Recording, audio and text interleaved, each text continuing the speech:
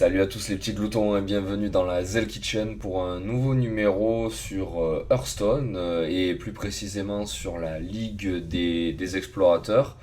Alors qu'est-ce qui s'est passé? Récemment j'ai pas pu trop avancer mes vidéos, donc du coup il y a eu un gros trou entre ma dernière vidéo Hearthstone et aujourd'hui, et du coup j'ai zappé les deux dernières ailes du mode aventure. Donc moi ce que je vous propose aujourd'hui c'est de faire une petite review des cartes de la Ligue des explorateurs. Ce qui permettra de rattraper mon retard et ce qui permettra de passer avec pas mal de recul bien évidemment, sur les cartes qui ont un véritable intérêt, et j'enchaînerai par la suite avec une vidéo où je mettrai ces fameuses cartes à la lumière. Alors on se lance tout de suite dans la découverte. Alors qu'est-ce que je pourrais ajouter si ce n'est que c'était une super aventure, peut-être la meilleure. Je suis pas certain parce que moi vraiment je me suis éclaté sur Naxxramas parce que en plus c'était la première, on découvrait les aventures et tout. Mais alors là pour le coup vraiment une super aventure avec des cartes qui ont réellement changé la méta, et ça je le souligne. Autant sur l'épreuve du champion, c'était le grand tournoi, pardon, c'était pas super flagrant, autant là il y a vraiment des cartes qui valent la peine. On va commencer cette review sans plus tarder. Alors nous avons donc celle-là j'en ai pas parlé, j'en suis sûr. Pour un choix des armes, découvre un serviteur ou un sort. Alors, à l'heure actuelle, j'ai pas vu de jeu qui la faisait tourner cette carte. Pourtant, il y a un potentiel qui est absolument monstrueux. Parce que pour un, découvre un serviteur, on vous préciserait. Donc, pour un, je dis une connerie, vous pouvez retrouver avec le Docteur Boom dès le début. Ce qui vous permet donc d'en avoir un supplémentaire. Car bien sûr, tous les jeux comportent le Docteur Boom, quasiment. Mais voilà, enfin, c'est toujours cette flexibilité du druide à aller chercher un petit truc qu'on a besoin. Pareil pour un sort, hein, ça peut être n'importe lequel, ça peut être, je sais pas moi, un chip, ça peut être un truc qui tue la créature à un coup. Non, vraiment, cette carte est complète et sympa, elle ne coûte que 1, donc premier tour, voilà, vous pouvez balancer ça, c'est fait. Et voilà, c'est juste que je la vois pas. Actuellement, la méta du druide est assez figée, toujours avec ce fameux combo, etc. Ou alors un super jeu que je vous montrerai tout à l'heure. Mais voilà, c'est juste qu'elle tourne pas pour l'instant. Donc moi je suis sûr de sa puissance. Maintenant, il faudrait voir un jeu qui gère, enfin, je sais pas quoi. Alors, donc le Raptor de monte, je l'ai déjà présenté dans une autre vidéo. Je la joue dans un jeu, 3 pour une 3-2, c'est une bête. Elle fait venir un serviteur coûtant un cristal en râle d'agonie. C'est très bon. Voilà, c'est un très bon tour 3. Ça gère, ça remplit le board. Il n'y a rien à dire, rien à ajouter. Voilà, ensuite vous avez le Célien de la jungle, 4 pour une 4-4, chaque joueur a plus 2 au dégâts des sorts, c'est une bête aussi. Pour moi c'est pas bon. Les stats sont très très honorables. Au tour 4 comme bête, il y a je pense qu'il y a mieux à jouer. Mais non, voilà, en fait voilà, moi tout ce qui est, à partir du moment où vous filez un buff à votre adversaire, vous filez un avantage à votre adversaire, pour moi c'est pas bon. Donc voilà, pour 4 pour une 4-4, certaines créatures le font gratuitement, elles filent un avantage à votre adversaire, c'est pas possible. On retiendra juste pour moi le dessin là qui est sympa. On passe tout de suite à nos amis les chasseurs. Donc ouais, bon, le chapeau, voilà, j'en ai déjà parlé, j'ai fait un deck dessus. Le piège de fléchette, je sais pas si j'en ai parlé, mais en gros, pour deux, vous mettez un secret quand l'autre va utiliser son pouvoir héroïque, va infliger 5 points de dégâts. En gros, pour deux, vous mettez 5 points de dégâts dans la tête de l'autre mec. Voilà, en plus de lui filer la pression du piège. Pour moi, c'est sympa, hein, dans un Tard qui vise à coller des dégâts, c'est 5 points de dégâts quasiment assurés, car dans toutes les parties, on utilise le pouvoir héroïque. Donc, ouais, c'est très honorable. C'est pas super joué parce que, bon, la méta veut qu'actuellement vous jouiez le piège givrant, vous jouiez le piège à ours, vous jouiez le piège explosif. Et de rajouter ce truc, c'est vrai que c'est un petit peu chiant. Juste pour coller 5 points de dégâts que vous collerez de toute façon avec votre jeu Untard qui est toujours aussi monstrueux. Vous avez ce pauvre dromadaire qui 3 pour une de 4, donc voilà, 4 au troisième tour, ce sera toujours chiant à tuer, c'est une bête. Place un serviteur et un cristal mana de chaque deck sur le champ de bataille. Voilà, on est d'accord que de filer une créature à votre adversaire quand vous jouez chasseur, pour l'aider à se retourner contre vous, qui est en train de le face. En plus, voilà, vous pourrez même pas faire mal à votre adversaire car au troisième tour vous avez seulement 2 points d'attaque. Ou bof. Voilà, Ça fait difficilement le taf, voilà. Vous jouez un dromadaire, voilà, il y a cette dégaine absolument insolite. Il y a quasiment que ça qui est sympa, donc voilà quoi. Pas terrible, pas terrible, terrible. On passe au mage, donc vous avez cette carte qui est absolument monstrueuse, puisque vous mettez 3 points de dégâts pour 3 et ensuite ça vous remet une carte dans le deck, donc ça vous rajoute une carte dans le deck. C'est très important de rajouter une carte dans le deck quand on sait tous ces jeux qui meulent là. C'est moins, c'est moins rigolo quand vous jouez, ben, par exemple, les nouvelles cartes là qui visent à vous faire piocher une carte particulière. Donc, mais voilà, ça reste une très très bonne carte et à jouer vraiment dans tous les decks, mais j'en ai déjà parlé. L'armure animée, alors ça c'est une vraie bonne surprise. Pour 4 vous avez une 4-4 et votre héros ne peut subir plus de 1 dégât à la fois, c'est absolument monstrueux. Au niveau des stats, c'est nickel. Au niveau de la capacité, c'est un truc de fou, donc ça va être un primo focus. Donc pour 4 vous avez une 4-4 qui va se faire focus car cette carte ne peut pas rester sur le board. Franchement, quand vous jouez un match tempo, un match givre, un match tout ce que vous voulez, vous ne pouvez pas laisser cette carte en vie. C'est un véritable poison. D'ailleurs, le combat dans le mode aventure contre l'armure de Lothar, c'est absolument horrible, c'est chiant. Et alors le mode héroïque est infâme. Donc une bonne carte du mage qui va encore plus rendre le mage givre chiant à tuer. Donc primo focus, des bonnes stats, moi je dis pouce vert. Cette carte, voilà, j'en avais déjà parlé, je l'avais même testé. 5 pour une 6-3 au niveau des stats, c'est juste pas possible, ça se fait fumer en 2-2. Découvre un sort, voilà, ça vous met un sort dans les mains. Alors il y a un jeu mage basé sur l'explomage, sur la carte là, quand vous jouez un sort qui met 2 points de dégâts aléatoires. Ça fait même pas le travail. Voilà, non, parce qu'elle a vraiment des stats trop dégueu, elle coûte 5 quand on sait qu'au cinquième tour il y a Oreb à jouer. Ça fait difficilement le poids, donc ouais, non, pour moi ça fait pas l'affaire, mais c'est sympa, c'est toujours sympa de se retrouver avec une carte dans les mains pour 5, 6, 3 avec un sort en plus, mais très dur à jouer, voire quasiment impossible à placer quoi. Alors, le paladin secret, il se voit doté d'un nouveau secret, alors ça va vous permettre de gérer. Malheureusement, dans le paladin secret, ce sera pas votre prio. Voilà, à la limite, cette carte, vous pouvez la mettre dans un jeu paladin qui gère.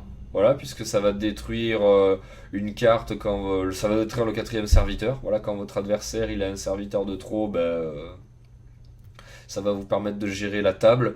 Donc c'est plus dans un paladin contrôle qu'un paladin secret. Dans le paladin secret, c'est clairement pas celle-là que vous jouerez.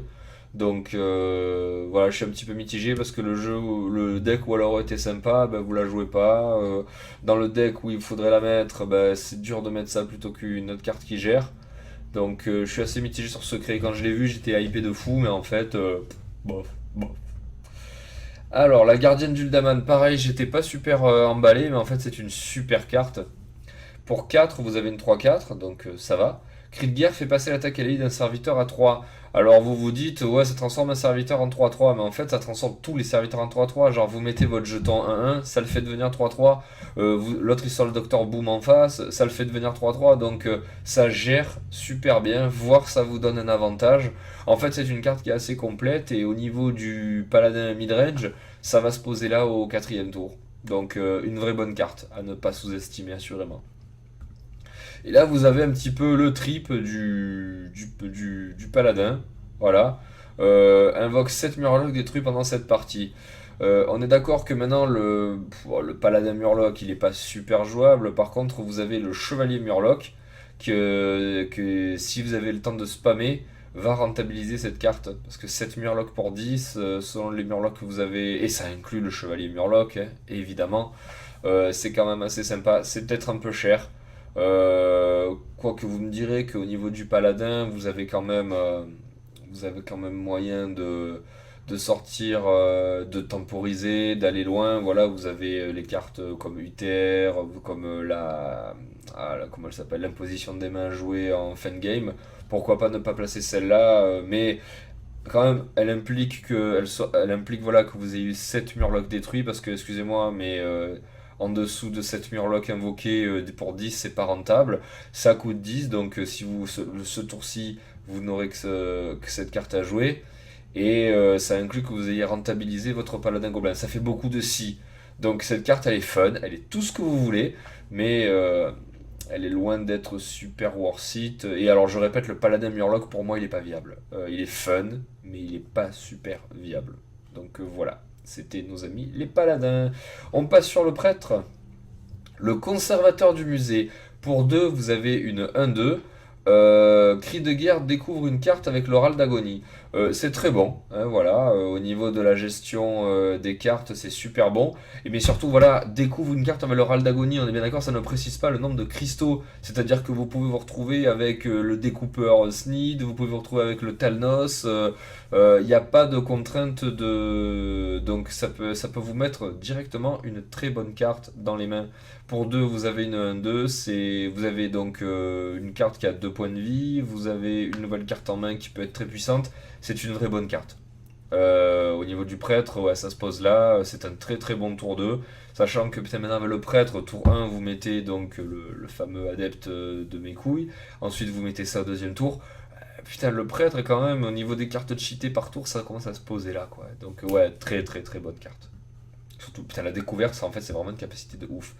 Alors, le mal déterré, moi, quand je l'ai vu, je trouvais que c'était une carte de merde. Pour 5, vous infligez 3 points de dégâts à toute la table, mais ça la met dans le deck de votre adversaire. Donc, si jamais vous voulez tuer à l'usure avec un prêtre, et vu comme ça contrôle, c'est possible, vous lui donnez une possibilité de piocher ça. Vous lui donnez une possibilité de nettoyer votre board. Ça arrivera pas souvent parce que bon, vous aurez pas un deck super agressif, vous aurez surtout un deck contrôle. Donc en fait, cette capacité, ça, mis à part que ça va la donner à votre adversaire, ça va pas l'avantager plus que ça. Et donc moi j'étais super sceptique, mais je l'ai utilisé et en fait, c'est sympa. Ça gère très très bien son steak. 3 points de dégâts sur toute la table, c'est quand même pas négligeable. C'est le mal, vous voyez. Donc en fait, sceptique au début, mais sympa à utiliser, surtout que j'ai un jeu qui l'utilise et ça passe très très bien dedans. Alors là, la vraie bonne carte du prêtre, elle se trouve là. Pour 6, vous détruisez un adversaire. Voilà, déjà, vous virez un truc de la table et ça vous le file dans votre deck. Alors quand vous faites ça, sur une grosse carte qui sort, une grosse carte d'en face, là, genre c'est légendaire ou quoi, eh ben je peux vous dire que le mec il fait moins son malin et vous êtes content. Donc toujours dans un jeu de gestion du prêtre, cette carte, elle est juste méga OP. Moi vraiment j'ai eu le coup de cœur pour elle. Donc il faut savoir que maintenant vous lui volez ses cartes avec le contrôle mental et vous lui détruisez et vous lui piquez. Donc vraiment le prêtre, ce qu'on appelle le prêtre voleur, vous lui donnez une vraie nouvelle bonne carte en plus. Donc ouais, dans tout jeu gestion, elle va rentrer. Voilà, donc vous avez un tour 6 monstrueux du prêtre avec celle-là. Si vous avez juste une carte à focus et pas une AOE à faire. Une très très bonne carte, gros pouce vert. Le rogue, est-ce qu'on a réussi à en faire quelque chose de cette misérable classe? Vous avez le serpent de la fosse, qui est 1 pour une de 1, très bon, détruit tout serviteur blessé par ce serviteur. Toujours dans l'optique de tempérer avec le voleur, pour moi c'est une bonne carte. Elle n'est pas super jouée. Moi perso je la mettrais si je faisais un deck voleur, mais voilà, ça n'engage que moi. Mais voilà, franchement, voilà, ça fait le ménage. Si jamais vous avez une mauvaise surprise en face, dure à temporiser, elle sera là. Si vous la sortez vers la fin de la game et qu'il y a des gros billes en face, c'est certes qu'elle se fera focus, mais si jamais il peut pas vous la détruire, ben, vous détruirez un gros truc avec. Puis 1 pour une de 1, franchement, c'est tout bénef. Donc, sachant le peu de cartes à jouer avec le rogue sur les premiers tours, moi je trouve que c'est vraiment pas dégueu. Je trouve que c'est vraiment pas dégueu et cette carte est un petit peu sous-estimée. Voir après, voilà, on sait la difficulté de construire des decks rogues, surtout au niveau du miracle, etc. Et c'est très difficile de caser ça en plus. Mais malheureusement, elle fait le boulot. Elle fait quand même le boulot cette carte et moi j'ai testé avec pas mal de surprises. Le Raptor déterré, on l'a déjà fait. Voilà, ça copie un Ral d'Agonie. Ça fait des decks sympas. Voilà, ça fait un deck Ral d'Agonie voleur assez sympa. Vous pouvez copier le Ral d'Agonie de Sylvanas. Et là, voilà, là c'est cool. Mais après, voilà, vous aurez pas un jeu ultra puissant avec, mais vous pouvez faire un deck fun. Déjà testé. Et alors voilà, la différence maintenant, elle se fait avec cette carte qui ne paye pas de mine. Pour 4, vous avez une 5-4. Donc déjà au niveau des stats, vous êtes très bon. Ral d'Agonie ajoute la pièce dans votre main. Euh, Vous avez donc cette carte qui est 2 pour une de 2 et quand vous touchez l'adversaire, vous mettez une pièce. Cette carte, elle est régulièrement focus et vu qu'elle a que 2 points de vie, elle se fait régulièrement bousiller et vous ne pouvez rarement la rentabiliser. Là, vous êtes obligé de la rentabiliser puisqu'elle prend la pièce en râle d'agonie. Et en fait, quand vous faites un deck miracle, cette fameuse pièce que vous aurez dans les mains, eh ben, elle va super bien se marier avec l'invocatrice qui fait popler un 1, elle va super bien se marier avec le commissaire priseur, elle va comboter avec Van Cleef. Donc voilà, c'est une vraie bonne carte. On s'en rend peut-être pas compte, mais quand vous allez faire un deck miracle, elle rentrera automatiquement dans votre deck. Et franchement, voilà, elle a que des qualités. Donc oui, elle up réellement la méta voleur.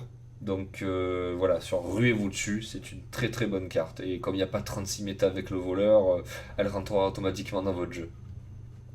Donc ouais, ben, le voleur, c'est pas ça qui va retourner la méta, hein.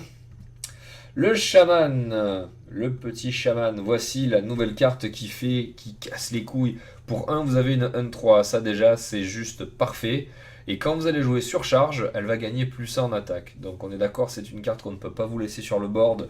Et donc n'importe quel jeu aura du mal à réagir tout de suite dessus, puisqu'elle a 3 PV.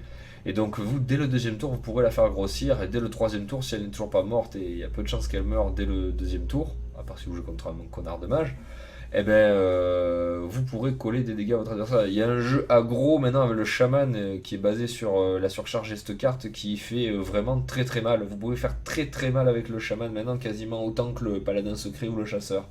Donc c'est une vraie bonne carte et voilà, c'est peut-être la meilleure carte qui est sortie pour cette extension. L'élémentaire grondant, c'est un petit peu pourri, voilà, ça a beaucoup de PV, voilà, quand vous sortez un cri de guerre, elle met 2 points de dégâts aléatoires. Non, voilà, c'est vraiment pas ce qui m'a émoustillé sur le chaman. Tout est vraiment génial. Alors ça coûte cher, 7, mais ça donne plus 2 à toutes vos créatures. Et ça coûte un cristal de moins pour chaque murloc contrôlé. Donc le chaman murloc, c'est jouable hein, sur cette extension, on est bien d'accord. Et là en fait c'est un petit peu la blood du chaman murloc, puisque plus vous sortirez des murlocs, plus vous mettrez plus de à tout le monde rapidement. Et ça peut arriver genre tour 4, tour 5 de sortir une grosse vague à 4-5 murlocs en mettant plus de à tout le monde, ça mettra quasiment 10 points de dégâts. C'est vraiment une carte puissante. Donc, fort de ce que je viens de vous dire que le chaman murloc est jouable, c'est vraiment le finisher rapidos dont vous rêviez. Donc, ouais, un gros pouce vert pour cette carte. Elle est fun à jouer et en plus, elle est ultra puissante. Le petit démoniste, donc je reviendrai pas plus que ça sur la chercheuse du reliquaire, parce que j'en ai déjà parlé. Voilà, il y a un jeu qui est très puissant à jouer avec elle, une belle vague, voilà. Au début j'étais sceptique, mais en fait elle se joue très facilement. Le sinistre colporteur va rentrer quasiment dans tous les jeux démonistes, parce que pour 2 vous avez une de 2 et découvrez une carte à un cristal de mana. Ça vous rajoute une carte en main, ça vous fait une de 2 sur la table. Franchement, ouais, cette carte, elle est ultra puissante, donc je la recommande vraiment pour n'importe quel deck démoniste. Alors elle, écoutez, moi j'aimais bien ce genre de carte. Voilà, donc pour 2 vous donnez cette carte à l'adversaire, il l'a dans les mains, donc voilà, il sait pas quoi en foutre, et il met 2 points de dégâts. Franchement, dans l'optique d'un jeu qui va aller sur la fin de la game, c'est puissant. Le problème, c'est que le mec, on est bien d'accord que la priorité du gars, ce sera pas de jouer cette carte. Donc il va la garder dans les mains, il va prendre 2 points de dégâts. Mais si jamais il la joue, et si vous êtes en fin de game et que vous avez un jeu rapide en face, il va la jouer, ça va vous la mettre dans les mains et ça va vous faire 2 points de dégâts. Sachant que vous êtes un démoniste, sachant que vous aurez payé souvent pour piocher des cartes, et que si jamais le mec la joue, ça va vous mettre 2 points de dégâts obligatoirement, je pense pas qu'il y a beaucoup de jeux qui vont se faire autour de cette carte. Alors elle est fun, mais elle va être très très très compliquée à jouer. Voilà. Donc non, je suis pas super partisan. On passe sur le War, qui lui, honnêtement, au niveau des cartes de classe, peut réellement se sentir lésé. Vous avez la lame monite. Double tous les dégâts subis par le héros. Alors, est-ce que ça vaut le coup de se faire autant maraver la gueule juste pour une épée qui va mettre 2 points de dégâts sur 3 tours? Bon, qui sort pour 1. Je sais pas. J'ai envie de vous dire oui et non. Oui, parce que en fait, maintenant, le War, vous pouvez tellement vous filer d'armure que. Non, ce sera même pas un détail de se faire double les points de dégâts. Ça veut dire qu'il y a des cartes, genre Doctor Boom, ça va vous mettre 14. Après, on est bien d'accord que vous la sortez en début de game. Donc, il n'y a pas grand chose qui va vous faire mal et auquel cas vous pourrez vous rattraper avec l'armure. Je suis vraiment mitigé. Je suis vraiment mitigé. Ça peut le faire, comme ça peut faire très mal. Ça a double tranchant. Alors soyez juste conscient que dans tous les cas, ça fera jamais très très mal. Ça vous permettra de sortir une arme en plus. Et le deuxième tranchant, ça... Non, non, c'est vraiment trop aléatoire. Moi, je la jouerai pas. La bête du War. Voilà, pour 3 vous avez une 3 cartes provocation. Sachant que la méta du War est basée sur le late game et sur la prise d'armure, cette carte elle fera son boulot. Moi je vous montrerai un jeu tout à l'heure où elle y est. Parce que par contre ouais c'est génial, il a Jinrock.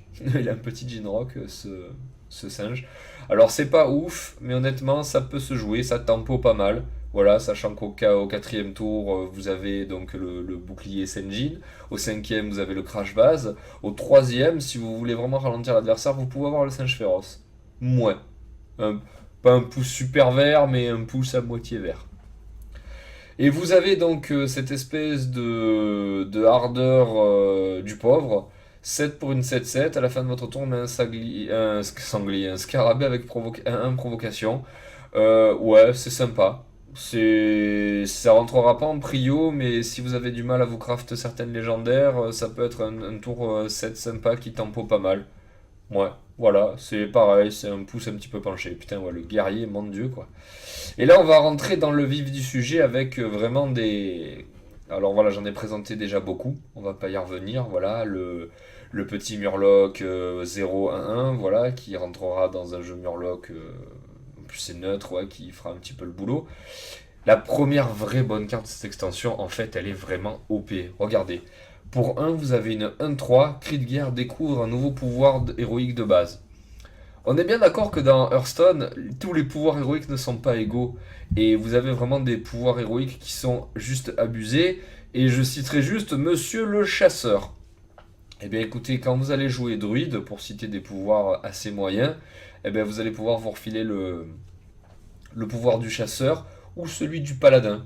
Hein, parce que, excusez-moi, mais dans un jeu de druid token, de pouvoir poser sa petite 1-1 là de temps en temps, c'est quand même assez sympa. Donc voilà, dans les decks où votre pouvoir héroïque va être un petit peu useless, et on est bien d'accord que, enfin pour moi, voilà, si vous jouez démoniste, c'est OP piocher la carte, ce sera pas la peine d'avoir cette carte. Pareil pour le chasseur. Mais dans les autres, franchement, la question va se poser, surtout selon la méta dans laquelle vous allez jouer. Pour moi, ça peut rentrer dans le chaman, vraiment. Ça peut rentrer dans le druide. Ça peut rentrer dans le mage. Ouais, vraiment pour moi c'est une bonne carte. Ça rentre pas partout, mais déjà un pour une 1-3, vous prenez pas de risque. Et en plus, le deck que vous allez jouer, vous allez vous mettre un pouvoir qui est plus OP. Donc ouais, moi je dis gros pouce vert, mais alors surtout pour le druide. Moi vraiment là j'ai un jeu dans lequel je le joue et c'est ultra OP. Alors là pareil, on va pas s'étendre, 2 pour une 3-2, bête, inflige un point de dégâts aléatoire, non, ça je joue pas. Lui, voilà, il va rentrer dans quasiment tous les decks. Les decks que vous souhaitez avoir un peu de pioche ou les decks Reno Jackson. 2 pour une 1, découvre une carte avec 3 cristaux de mana. Et en plus, c'est une bête. Ouais, moi je dis ouais. Cette carte elle est pas mal OP, mais je l'ai déjà montré.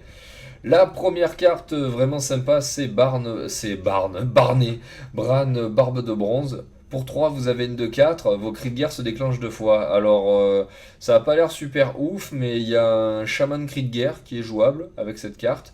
Vous avez les jeux meules qui maintenant vont devenir deux fois plus puissants, puisque vous allez piocher 4 cartes avec le Murloc.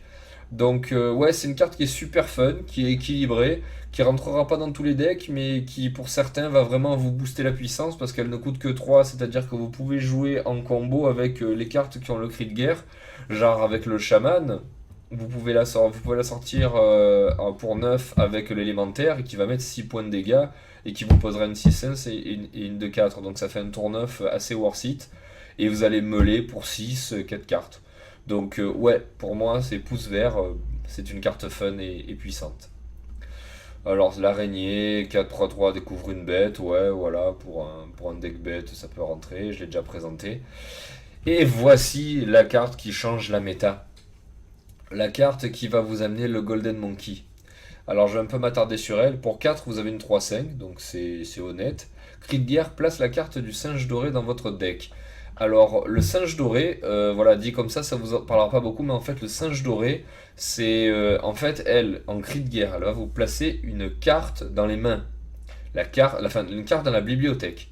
La carte va aller dans la bibliothèque, et une fois que vous aurez pioché cette carte, va faire apparaître le singe doré dans les mains. Le singe doré, c'est 6 pour une 6-6 provocation. Donc voilà, déjà c'est OP. Et quand vous la posez, ça transforme toutes les cartes de votre main et de votre deck en cartes légendaires. On est bien d'accord que c'est une carte qui quasiment vous fait win la game pour pas que vous la piochiez rapidement. Donc c'est absolument OP, c'est super fun. Pour moi, ça rappelle un petit peu la carte Exodia qui vous faisait gagner dans Yu-Gi-Oh! Donc vous pouvez construire un deck autour de ça, parce qu'on est bien d'accord qu'une fois que vous aurez pioché le singe doré, ben, vous aurez que des légendaires, et là ce sera très facile de mettre le mec en face en PLS. Donc dans un jeu de tempo, voilà, où vous pourrez piocher à loisir, ou alors un jeu qui vous laissera le temps de piocher. C'est vraiment une carte qui fait changer la méta. Moi, voilà, j'aime beaucoup. Je vais faire un deck autour pour vous montrer parce que bien sûr, c'est super fun à piocher le singe doré.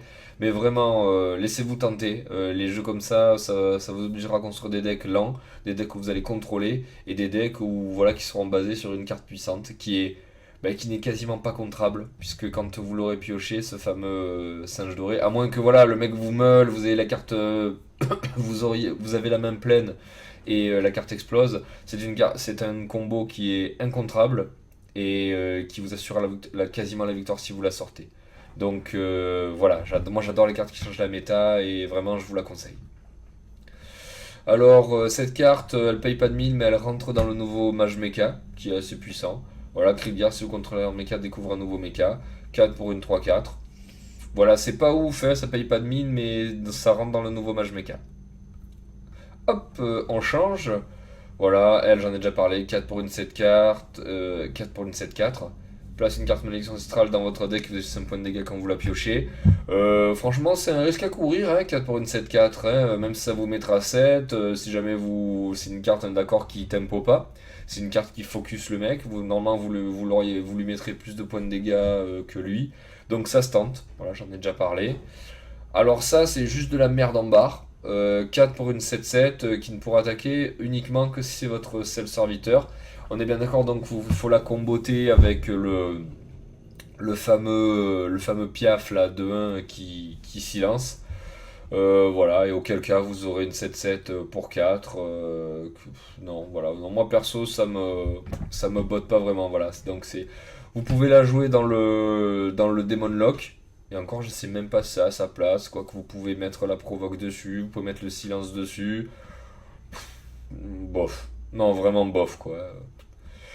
Alors, elle, j'en ai déjà parlé. 5 pour une 4-6 qui copiera les enchantements que vous mettrez sur elle. Donc c'est sympa sur un prêtre. Et quasiment que sur un prêtre, encore c'est chiant à jouer, donc ouais je l'ai testé, j'ai vraiment pas été convaincu. Voilà, à la limite ça peut être fun. La pierre d'invocation, voilà, j'en ai déjà parlé, j'ai fait un deck autour, elle est super fun, elle est super puissante dans un jeu qui tempo, avec des sorts genre le magivre. Donc ouais, pouce vert pour celle-là, genre je m'étends pas plus. Elle j'en ai déjà parlé, pas beaucoup d'intérêt. Elle est pas mal. Alors, elle, pour 5 pour une 5-5, déjà c'est parfait. Vos cartes coûtent 5 cristaux de mana. Donc, on est d'accord que ce sera un archi-focus pour votre adversaire, puisque le tour d'après, vu que vous aurez 5 cristaux de mana, il sortira n'importe quelle carte qui devait sortir tour 7, tour 8, tour 9, tour 10. Donc, c'est une vraie bonne carte qui sera obligatoirement focus par votre adversaire. On est bien d'accord, c'est un petit peu l'anti-Oreb. Et le problème aussi, c'est qu'elle sort le même tour qu'Oreb. Mais vraiment, il y a quelque chose à faire avec cette carte, puisque vous aurez une carte puissante qui sera obligatoirement focus, et si elle n'est pas focus, fera votre bonheur le tour d'après. Donc moi, je suis convaincu par cette carte. Je ne l'ai pas encore testé, et je pense que je vais me faire un petit deck avec pour vous montrer. Avortor tremblant, 6 pour une 2-6. Ral d'agonie invoque 3 Avortrons de 2. Sur le papier, c'est sympa. Ouais, on est bien d'accord. Mais le problème, c'est qu'elle est un peu chère. C'est qu'elle est pas puissante du tout. Et elle remplira votre board de 3 de 2. Je l'ai pas vu à l'œuvre, pour pas vous mentir. Sur le papier, c'est sympa. Je l'ai pas vu à l'œuvre. Je sais pas si elle va se jouer. Donc je préfère pas trop en parler pour l'instant. Vu qu'elle se joue pas, je pense pas qu'elle soit super worth it, vu qu'elle coûte très cher. Le but quand même de remplir le board, c'est de le faire en début de game, hein, comme le fait le paladin par exemple. Donc là, au sixième tour, de mettre 3 de 2 à un moment où le mec peut facilement vous contrer avec de la grosse AOE, genre le prêtre. Voilà, si elle se joue pas après, c'est peut-être qu'il y a des raisons. Et voici la palme d'or de cette extension pour moi, parce que c'est la carte qui a le plus changé la méta. C'est Reno Jackson, donc j'en ai déjà parlé. Mais voilà, j'en profite pour vous la remontrer, puisqu'elle vous remettra à 30 PV si vous la jouez tour 6 et que vous sortez et que vous avez une carte de chaque type dans votre deck. Les decks sont viables. Elle a montré sa puissance. Maintenant, en plus, vous pouvez la comboter genre avec le Golden Monkey ou avec une carte que je vais vous montrer un petit peu plus loin. Donc pour moi, voilà, palme d'or de la Ligue des Explorateurs, à lui tout seul, Reno Jackson, pour avoir changé la méta et en plus avoir rendu une nouvelle méta efficace. GG Reno. Ensuite, vous avez donc le Diablosaur fossilisé, 8 pour une 8-8, cri de guerre, gain de provocation si vous avez une bête. C'est de la merde en barre, vous avez autre chose à foutre que sortir cette merde quand vous arrivez au tour 8. Et vous avez donc la nouvelle carte voilà, qui va rentrer un petit peu en synergie avec Reno et le Golden Monkey. Moi je pense qu'il y a quelque chose à faire. Le prince voleur Rafam, cri de guerre, découvre un puissant artefact. Alors, comment vous dire? Dans les puissants artefacts, donc 9, pour 9 vous avez une 7-8, donc au niveau des stats c'est pas super puissant. Par contre, un cri de guerre dans la main, ça vous met quand même 3 cartes qui peuvent retourner la game. Si mes souvenirs sont bons, donc ça met une bombe qui met 10 points de dégâts répartis de façon aléatoire sur toute la table, y compris sur votre gueule et la gueule du mec d'en face. Donc ça peut faire un gros ménage. Voilà, et ça peut également faire mal à votre adversaire si vous souhaitez l'achever, si c'est un peu la fin de la partie. Ensuite, ça peut remplir votre board de zombies 3-3, c'est-à-dire que si vous la sortez et qu'elle est que là, le tour d'après vous mettez 6-3-3, donc on est d'accord, ça peut faire la différence. Et également, ça peut faire un finisher, puisque ça crée un artefact qui met plus 10 pour 10, toujours pour 10, hein, à un de vos minions, donc ça peut finir l'adversaire. Donc franchement, ça vous sort 3 cartes que vous choisissez qui peuvent faire la décision sur la game. Donc cette carte peut avoir un deck à son nom, et il y en a, hein, je vais vous en montrer. Donc la carte est sympa. La carte se joue, et pour moi, écoutez, ça a du sens si dans un même deck vous jouez et cette carte, et Reno Jackson, et Elise Cherche Étoile, tous ces explorateurs là. Donc voilà, de vraies bonnes cartes, des cartes fun et des cartes qui changent la méta. On peut dire qu'avec cette extension, Blizzard a vraiment rempli son contrat. On a eu vraiment ce qu'on voulait. Donc pour moi, ça reste vraiment une super idée, cette extension. Le mode aventure était vraiment sympa. Moi perso, j'ai pris beaucoup de plaisir, les combats étaient vraiment originaux. Quand vous mettiez en héros sur la dernière aile, vous en chiez, mais alors un truc de fou. Donc c'était fun, c'était dur, il y a des bonnes cartes. Bravo Blizzard pour cette nouvelle aventure. Moi perso, je suis comblé. Donc voilà, c'était mon avis. Maintenant, je vais passer sur une autre vidéo et je vais vous montrer un petit peu des decks avec ces fameuses cartes. Ces fameuses cartes, surtout les légendaires, il y a vraiment un truc à faire quoi. Je vous fais de gros bisous, passez de bonnes fêtes de Noël et à bientôt pour une prochaine vidéo. Ciao ciao!